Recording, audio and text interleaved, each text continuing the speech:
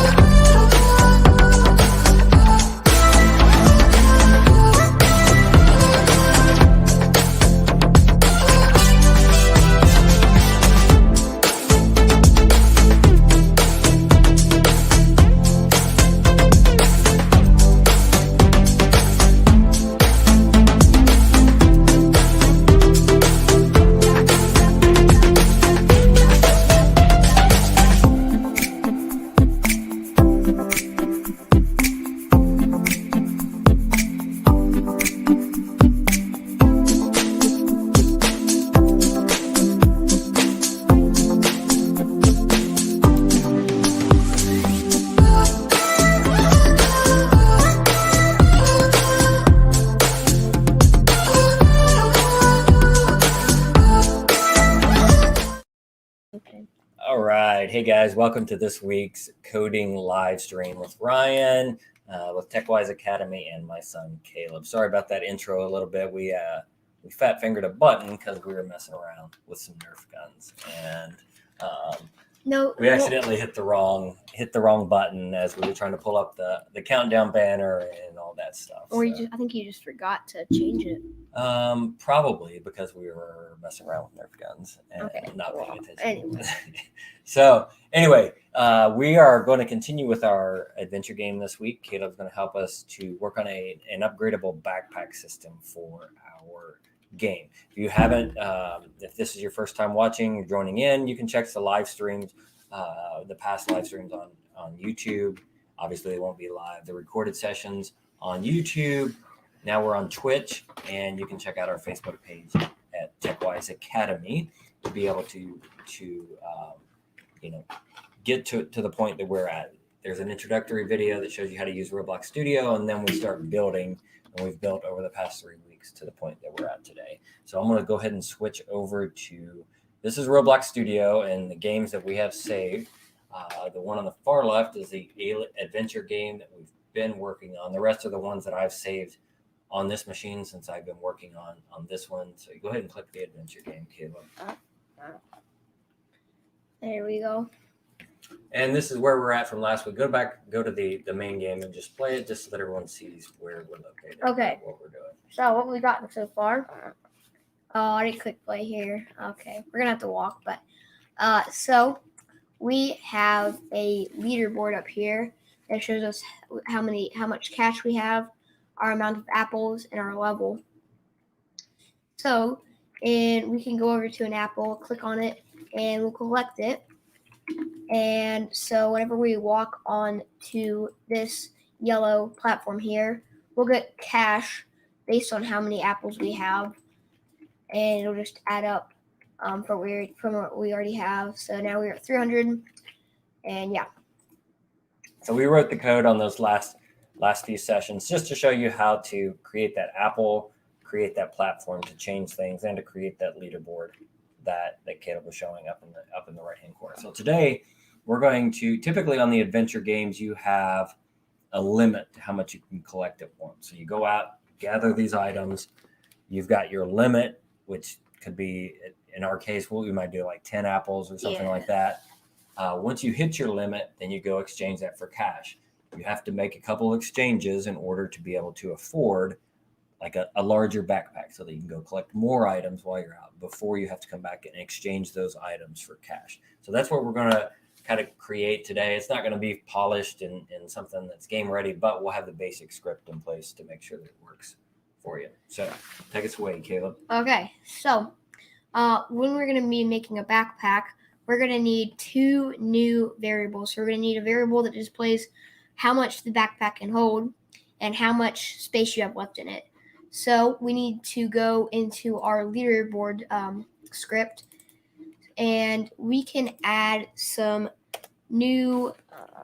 See if I can zoom in on this a little bit. Yeah, that'd probably be helpful. Make it easier for people at home to see.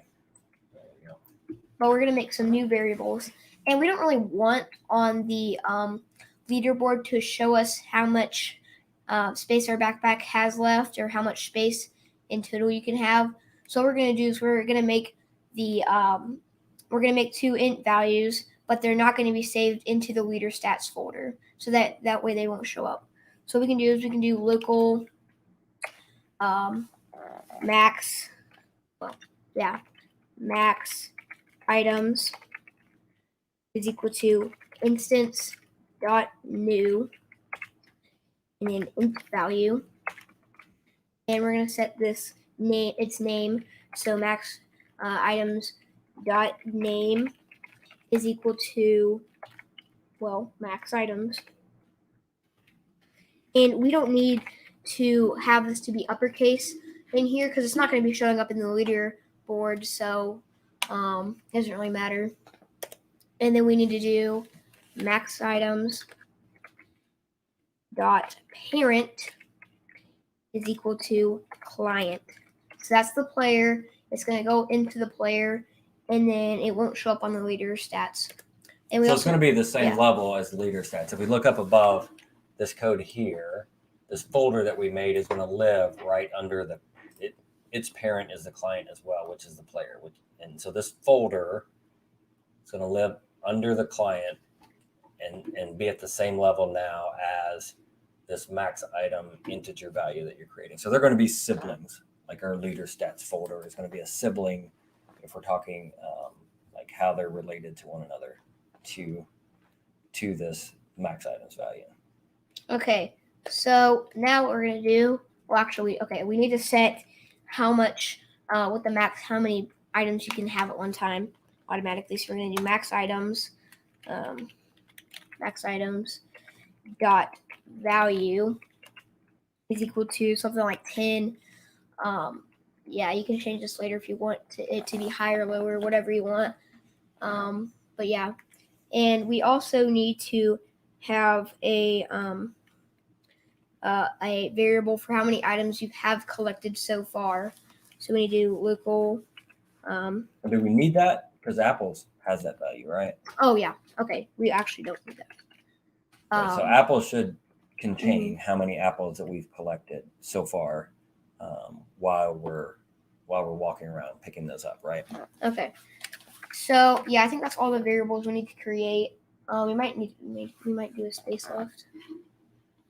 Spaces left should just be this number minus that number, yeah, right? So yeah. like, if you want to display that, maybe we can figure that out. I don't think we need to display it. Okay. I think we just need it. Okay. But now, if we click play, we should see that the leader stats, that the leaderboard, it does not display your max items. But if you go into the players and you go into your name, you should see the int value there. It should say max items. So that means we have it all correct, and the value should also be 10. So yeah. Now we need to make it so that the apples, whenever you collect it, it will it'll make sure that if you don't it'll make sure that you can't collect more than 10. Whatever your max items is at one point, it'll make sure that you can't collect that. So we need to go back to our apples, our script on our apples, and whenever we go to pick those up, that's not. Yes, that's the one. That's the exchanging apples for cash. But it's the when clicked one. It's the when clicked one. Okay, so if this stem transparency, so we need to do if apples dot value minus we have to create a variable to reference that. Yeah.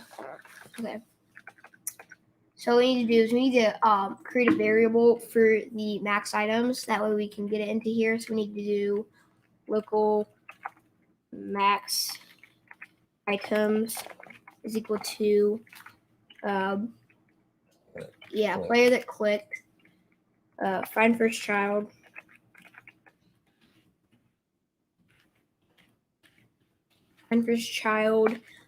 max items. This will get that max items thing that we just created from the player. And now in here we can do if max items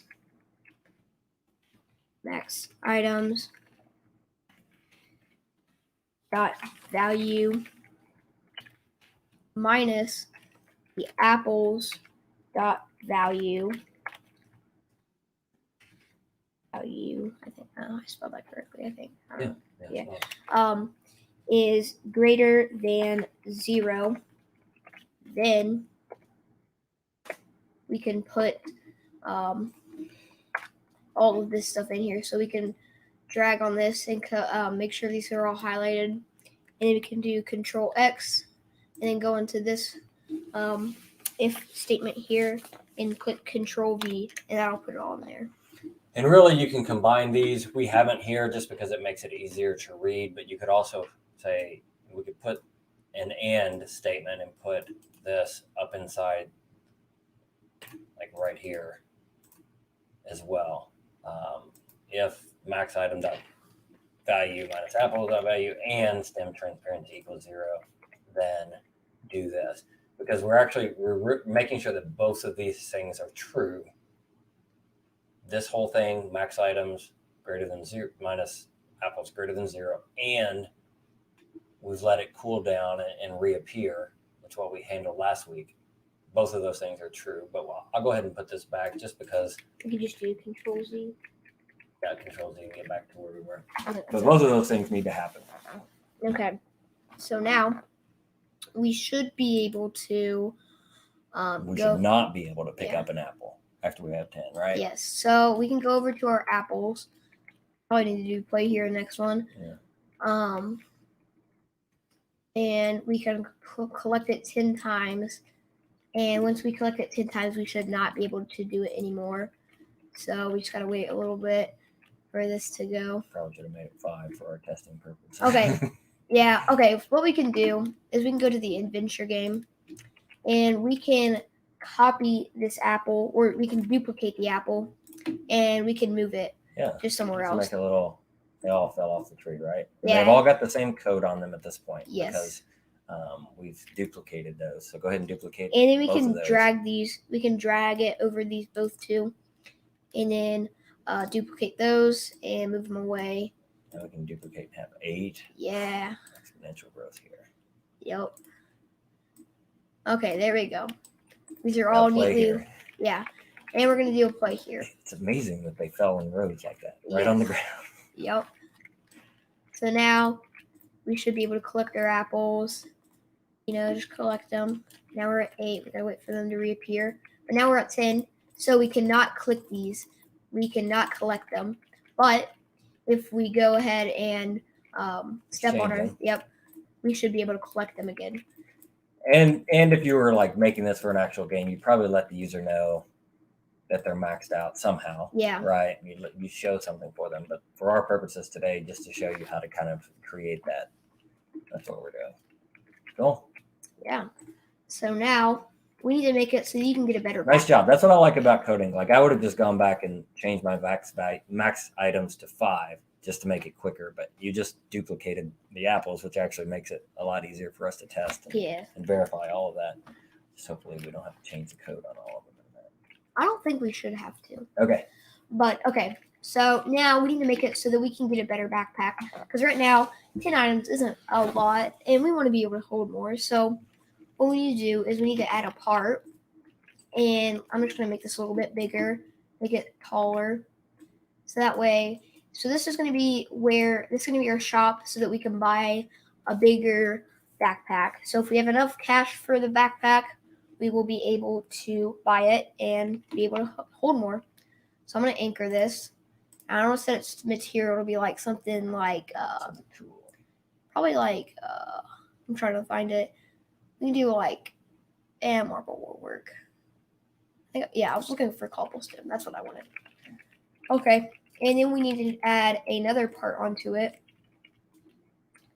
And then I'm just going to put collisions to be off. Make sure this is unchecked. And I'm going to move this down here onto it. I'm just going to put it there. And I'm going to change this guy's material to be neon. And I'll make it something like yellow. I'll make it a little bit bigger too. So we're just giving them a button to go and click to upgrade their max items, basically. Yes. Okay. So we're gonna rename the name. We're gonna rename these. So I'm gonna name this part, the yellow one, to be something like cell part, and then I'm gonna name this one to be back. And then I'm gonna select both of these parts here. So I'm just gonna drag. I think I got part of the house too. Okay, I'm just gonna drag, make sure I get only these. So I only have these two, and I'm gonna group them together. And now this model should be selected. I'm just gonna rename this to be shop, and there we go. So he's renaming all of his parts just to make it easier to find later on. Like we keep saying in this, like you don't have to name the variable something nice. The computer will figure out what it is. You need to name them something nice though, because it helps us later on as programmers to track down our errors. So, So now in the well, that's the exchange platform. shop. Yep, we need to go into the shop, and in the cell part, we need to add a script in here, and we also need to add a click detector. So that way, whenever you click it, if you have enough cash, it will automatically give you a new backpack. So we're going to rename the script to be something like cell Upgrade. Yeah, upgrade backpack. Upgrade backpack. There we go. And then we're going to remove this print hello world. We don't need that. It comes on all the scripts. That's kind of the standard thing, Yeah. just to check that we're there. So now what we're going to do is we're going to do, we need to make a variable for the click detector. That way we can tell if it's been clicked. So what we need to do is do script dot parent and then dot click detector. And actually we need to do Local. Yeah, local click. Well, yeah, if I can spell it right. Detector is equal to script.parent.click detector. And now in here we can do click detector dot mouse click. We do connect and function, and in parentheses here, player. And then we just press enter here, and it should automatically create this end. Yeah. So again, in Roblox Studio, like the hardest part about the scripting behind the scenes is making sure that we're getting references to the parts that we want. And that's what he did at the top. He got a reference to the click detector. So the script means my script right here, upgrade backpack script dot parent means the cell part, because that's the parent of upgrade backpack. And then dot click detector, meaning now that we've got this parent, we can come down and reference this one that's underneath of it by using that dot. Now what he's doing, and then so getting a reference to an item is one thing. The next thing is actually connecting it up to events that fire that we're listening for in the background. And that's all that game programming is we're waiting on the user to interact in some way. And in this way, they're interacting with a mouse click. So our player, a click detector, we're connecting a function to run whenever they click it with the mouse, right? Yes. So now we're going to add a print just so we can test it and make sure it's working. So we're going to do print and then player. So it should tell us the player that clicked it. And also before we test, we're going to the player.name at some point once we get it. Yeah. Okay, go ahead. But anyway, we're going to make sure the shop is anchored. So we're going to go to home, and we need to make sure it's anchored. We need to make sure both of the parts in it are anchored. I think you need to go into here. I don't know. Okay, there we go. So the shop, this needs to be anchored. That way it won't fall down. We don't want that button falling off the bottom. Yeah. So now we can click play here. And if we click this here, it should tell us our name. So TechWise Ryan. And it should tell us our name. So that's good. Yeah, the prints are always a good way to make sure that we've got everything wired up properly. Yes, they are. Okay. So now what we need to do is we need to get the players gold, and we need to get their backpack their max backpack value. So we need to do local leader stats is equal to player find first child, and then in quotation marks leader stats. And then now that we got the leader stats folder, we can do local gold is equal to leader stats find first child, and then gold. Well, actually, I think we named it cash, not gold. I think we did. I don't know. It says exchange apples for cash up there, but I don't know. Okay, so we can go back into the leaderboard script, see what we did, named it. You did. We didn't name it cash. Nice. Okay, so Nice. now we need to get the max items variables. So we need to do. So while he's doing this, if you guys have any questions as we're moving along, feel free to comment on those. If you're watching this later, feel free to comment and ask any questions. We'll try to answer them the best that we can, given the proximity and doing this remotely, but be happy to help answer any questions you have as you're working along here. So he's just getting references to all of these variables that are underneath the player so that he can then use them to do some compares to make sure that we can upgrade those, right? Yes. Okay, so now that we've got this, we have all the variables named. What we're going to do is we're going to do if cash dot value is greater than or equal to, let's say something probably like, let's make the backpack cost like $150. Let's see. That's only like $100 per apple. Oh yeah, true. So let's like just $1,500. Yeah, I was making a pretty expensive backpack. We might even if you want to make this easier to change this value later, what you can do is you can do local cash for backpack is equal to whatever number you want, so like 1,500. And instead of using this number down here, we can do cash for backpack. That way later you can just change it easier. Well, local, it's outside of that function, so it's not going to be. We need to do it inside the function, so we can just Control X this. So that's a scope thing. That means that our variable that he's creating at the top isn't available to us. I think it might. I think it actually would be. Would it? I think it would. Okay. But you can keep it in this function because you're not going to use it anywhere else. Okay.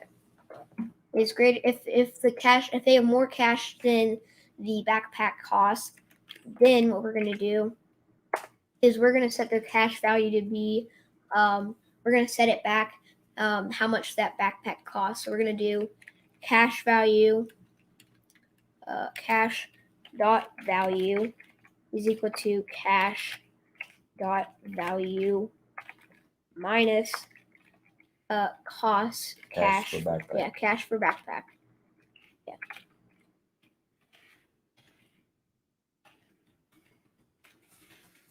Then we can go ahead and test this right now just to make sure it sets us back that cash value.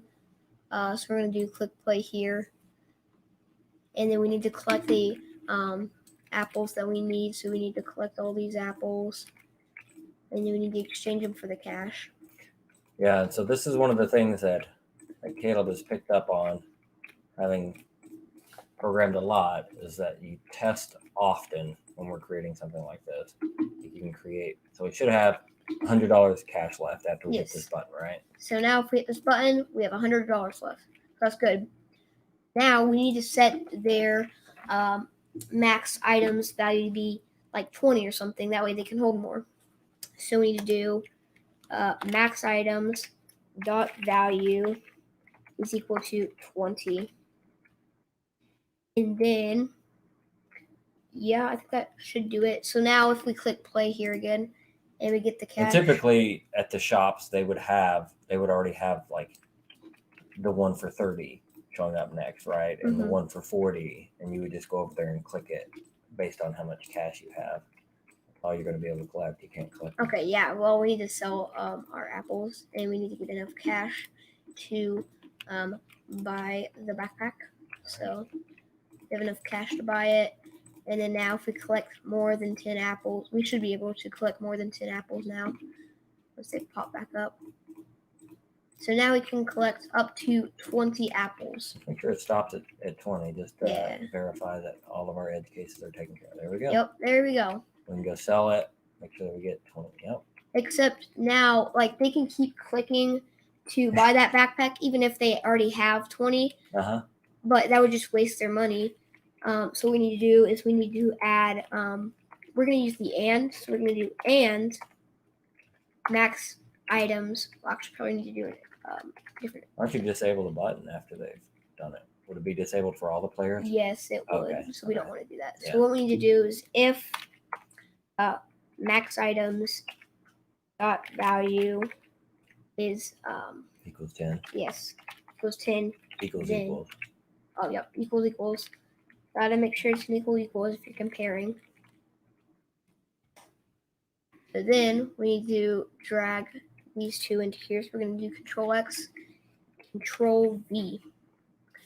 So now. And so really what we could do on that shop is you could have like 5 buttons. And you could check that if max value equals 20, then you could upgrade to 30. Like you could check that. Or you could have it like if they just saved up all the way to like 4,000 or something, they could automatically get to the 30 and not have to skip through all of them. Yes. Yeah. So let's buy this. So now if we buy it once and let's say we get enough apples to buy it again. Once these pop back up. So now if we have enough to buy it again, it won't send our cash back. Nice, because we can't buy it now. Yes. No, we've already upgraded it. And if you're going to make it so they could like get if you're gonna have like multiple buttons on it and they can automatically go up to like 30 or something, you can do if not cash max items. That value equals 20. Yes. So we haven't upgraded to this particular backpack yet. Yeah. So now that should do the same thing. But if you're gonna add more, you can do that. And for what it's upgrading to, just make sure it's not that value. And if it is, if it's not, well, actually, want it to be if it's not greater than 10. I don't know. Yeah, you don't want them to upgrade to a lower tier backpack, right? Or not, or downgrade to a lower tier backpack, right? If it's not, I think you're right on not equals to 20 because that sets it. I mean. Yeah, because then if they have 30, they can't buy that one. Yeah. Okay. That should be. Wait. Well, I guess it would be. So here's the thing. So if the max items is not 20. Then it would, Then if it was 30. What about greater than or equal to 20? Yeah. Okay. Not greater than or equal to 20. That way, if they're max items, if they've already got a 40 gallon backpack or whatever. Gallon. Yeah, 40 gallon backpack, 40 liter backpack, then they can't buy that one and downgrade it. Yeah, they can't come back in and get a 20. Yeah. Right. Okay. Because then they'd have to buy that 41 again. Okay. Yeah. That's good. So we just created this backpack that they can upgrade. Next week we're gonna do what? We're gonna do a level system. All right. So what do they get if they level up? So if they level up, they're probably gonna get some more cash. Per apple. Yeah, they could get more cash per apple. So that they can go up quicker. I mean, why else would you want to level up if you're not going to get that? Yeah. But no. So again, if you guys have any questions, feel free to post those on this video if you're watching it later. and we'd be happy to get back and try to answer that for you. We're trying to create an adventure game is what's going on. And yeah, that's a good question. When is the game going to be finished? We should have something that is playable by the end of next week. We're going to add the leveling system next week. And then after we add the leveling system, the following week we may play that a little bit, but then we're probably going to get on here and I'm going to play some Roblox with you guys too. We're just going to have an afternoon where we play Roblox and maybe kind of join the same servers and see if we can't create some private servers, and anybody that's watching can join in with us to play. You do have some Robux, right? Yep. I'm sure Robux are something you're all familiar with. But that's how you have to create the private servers. Yep. So anyway, thanks for joining in. Glad you could maybe learn a little bit about what we're doing with Roblox Studio. It's really a fantastic tool to start creating something quickly and to get something out there that you're all familiar with anyway, Roblox, right? You know the ins and outs of the system. It's just getting over some of the initial learning curves of creating something like this. Roblox Education, their website has a lot of good tools a lot of good tutorials as well. Yep. If you want to learn from them, and just Google Roblox Education and you can go through some of the stuff that they have on there. But until next week, thanks for joining in, and we will talk to you soon. Bye. See ya.